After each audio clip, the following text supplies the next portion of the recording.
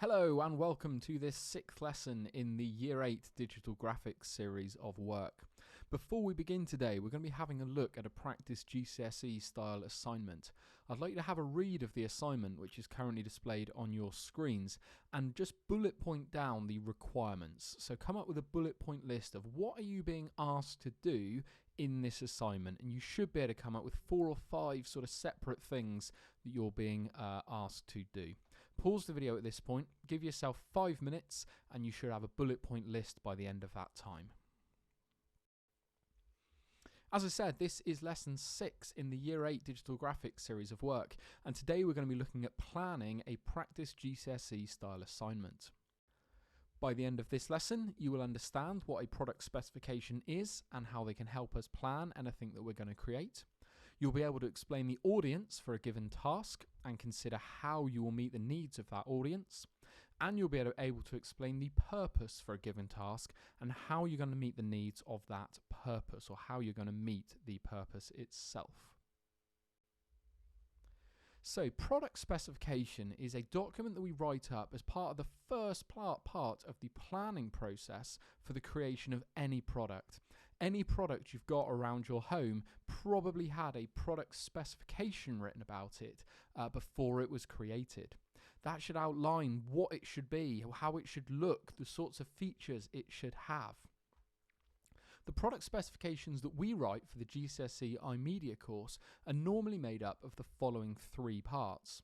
They normally have a paragraph or a couple of paragraphs outlining what you're planning to do. They normally have a paragraph or 2 all about the audience, and a couple of paragraphs at the end all about the purpose. And we're going to be creating one of these today for the practice GCSE assignment that you looked at on the first slide. So that assignment was part of the iMedia course from 2 or 3 years ago, and that was the actual piece of coursework that Year 11 students had to submit. So, the first activity, I'd like you to pause the video at this point and give yourself a good sort of 15 minutes or so to, in your own words, explain what you've been asked to do in the activity from the opening slide. So take your bullet point list now and form that into a couple of paragraphs. Now, you haven't actually been given too much detail about the Time Chaser game. They've told you it's called Time Chaser, it involves some sort of time travel, and that people sort of travel through these time travelling doorways. But other than that, you haven't been told too much. You've not been told the genre. You've not been told whether there is 1 main character, 2 or 3.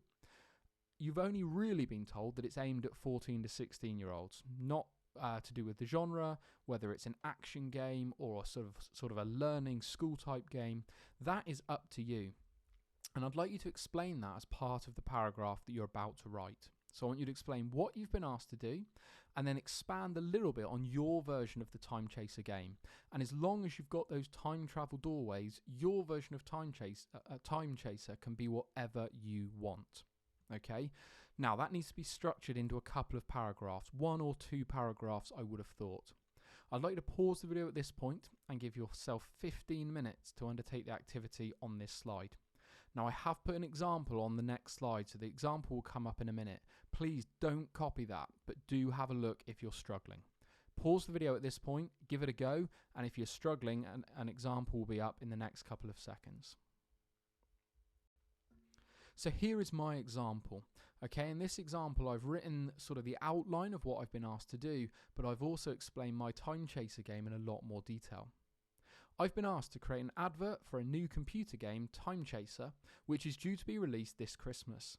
In my version of the Time Chaser game, the main character will time travel through key periods in history to solve crimes. Each crime will need to be solved before the time travel doorway seals shut, trapping the main character in the past. As long as the character solves each crime, they will make it back to the time travel doorway in time and be able to transport to the next level. Each level will move them closer to the present day, where they will win the game. The character will have a time watch, which will give them some clues about each murder mystery, as well as giving them sort of directions back to the time travel doorways when they're finished. The game will visit key points in history, including 1066, the French Revolution, and World War II. I've been asked to create 2 adverts for a popular magazine to help launch the game. One of these will be for a print version of the magazine, and the other will be for the online version. Now, hopefully you can see there I've explained what I've been asked to do, but I've also sort of added a bit more detail and explained my version of Time Chaser. This is the start of your product specification. Check you're happy with yours at this point, and when you are, move on. So before we create any product, you need to decide on the type of person that you're going to be aiming the product at. This is called the audience. We are often given some details about our audience. In this example, we've been told that they're between the ages of 14 and 16. The other details, though, are for us to decide. Some things that we might consider when thinking about our audience include their age, their location, gender, their income level, how educated they are, their marital or family status, and their occupation. So you can talk a lot there around the audience on top of the 14 to 16 age bracket that we've already been given. So I'd now like you to pause the video and have a go at this part of the activity. In your own words, explain who the audience for the advert are going to be. Next, explain how you plan to meet the needs of the audience within your design decisions. So for example, we know it's going to be 14 to 16-year-olds. You should maybe come up with a couple of ways you're going to make it appeal to 14 to 16-year-olds. It's probably not going to be black and white. It's probably going to be really colourful to grab their attention. It's probably going to be characters that are similar to their age. I'd be surprised to see a video game aimed at young people where the main character was a 70-year-old OAP. Okay, now again, your work needs to stay well structured, so this should be added on to the paragraphs from the start of this lesson. As before, I've given you an example on the next slide, so pause the video at this point and have a go, but if you're struggling, flick forward and have a read through my example. Pause the video at this point. So here is my example. I've taken the audience and I've expanded up the bits I've been told. I've also spoken through how I plan to try and meet their needs. My Time Chaser game is going to be aimed at young people between the ages of 14 and 16 who enjoy computer games. It will mainly be aimed at female players, although it is a game that males should enjoy as well. My audience will have a particular interest in history and problem-solving style games, so may have played other titles such as Heavy Rain or the Sherlock PC game. To make sure that my advert meets the needs of my audience, the main female character will be central to my advert. Too often, computer games are marketed to males, so I will use the female protagonist to make the game really stand out. The advert will have a large version of my character right in the middle of the page. To attract those interested in history, I will include a range of key historical scenes in the background surrounding the character. These will demonstrate the key periods of history that the game will visit and show that the game is clearly a historical one. I'm also going to include the 12 age rating certificate on my advert, and this will show that the game is clearly suitable for everyone in the 14 to 16 age range. Hopefully that example helps you out. You can pause at this point and have another look at yours, pad it out if you need to, or if you're ready, move on. So the final part of our product specification involves our purpose. And the purpose is the thing that we want to try and achieve with our product. Now it might be to increase sales, to promote the business, to provide information, gain information, to advertise, to entertain, or to educate. And there are probably some others I've forgotten as well. But you need to consider what is the point of your product before you start to make it. As before, we're sometimes given the purpose and sometimes we need to make the purpose up for ourselves.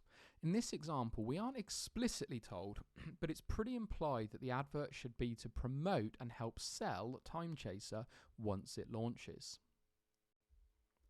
So in your own words, I'd like you to explain what the purpose of the advert is. I'd then like you to explain how you plan to meet that purpose within your design decisions. What will you include in your poster that really positively promotes Time Chaser? How will you sell the game in your advert that we create next lesson? Now this is going to be the final part of our product specification, so again it should be split into a couple of paragraphs and you should probably have a page or so of writing by the time you're finished with this final section. As always, I've done you an example on the next slide, so if you're struggling, please flick forward. If not, pause the video and have a go at this point. So here is my final example. The purpose of my advert is to promote and help sell the Time Chaser game once it launches this Christmas. The first thing that I'm going to do to help positively promote the game is to ensure that all of the images I use within my advert are high definition and not pixelated in any way. This will ensure that people viewing the advert understand that the game has high quality graphics and will look good on their console. People are not going to want to play a blurry computer game. I'm also going to include a number of stars, or the number of stars that some popular magazines have given the Time Chaser game, along with a positive quote to show off how well reviewed the game has been. I might, for example, include IGN 4.5 out of 5 stars, potential game of the year, as a quote. This will show that other people are really enjoying the game and make users more likely to purchase it. I'm also going to include the price, $29.99, in a golden star surrounded by the words only $29.99 and limited time offer. This will make people believe that the price is a really good deal and that it might go up any day now. This might make them more likely to purchase the game today rather than waiting and hoping the price might go down. As you can see here, I've outlined my purpose clearly and I've explained 4 or 5 very clear ways that I'm going to try and meet the purpose. Pause the video at this point if you feel you need to update or complete yours, and if not, you're ready to move on.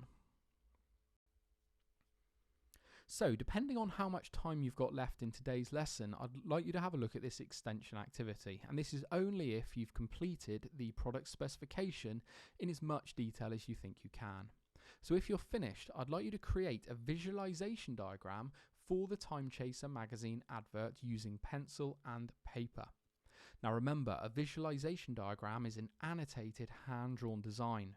So if you're finished, I'd like you to then add in your annotations. Now this will take you the rest of this lesson, so the detail that you draw will very much depend on how much time you've got left. If the visualization diagram is very basic and made up of some quite large boxes, that's not the end of the world.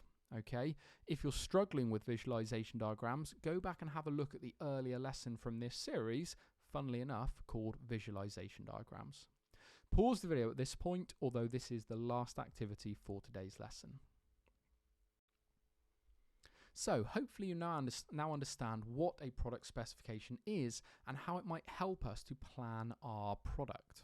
You're also hopefully understanding the audience and the purpose, and you've thought how we might meet their needs. As always, if you have any questions, please post those either into the comments section below or directly onto Google Classroom. Thank you very much for watching.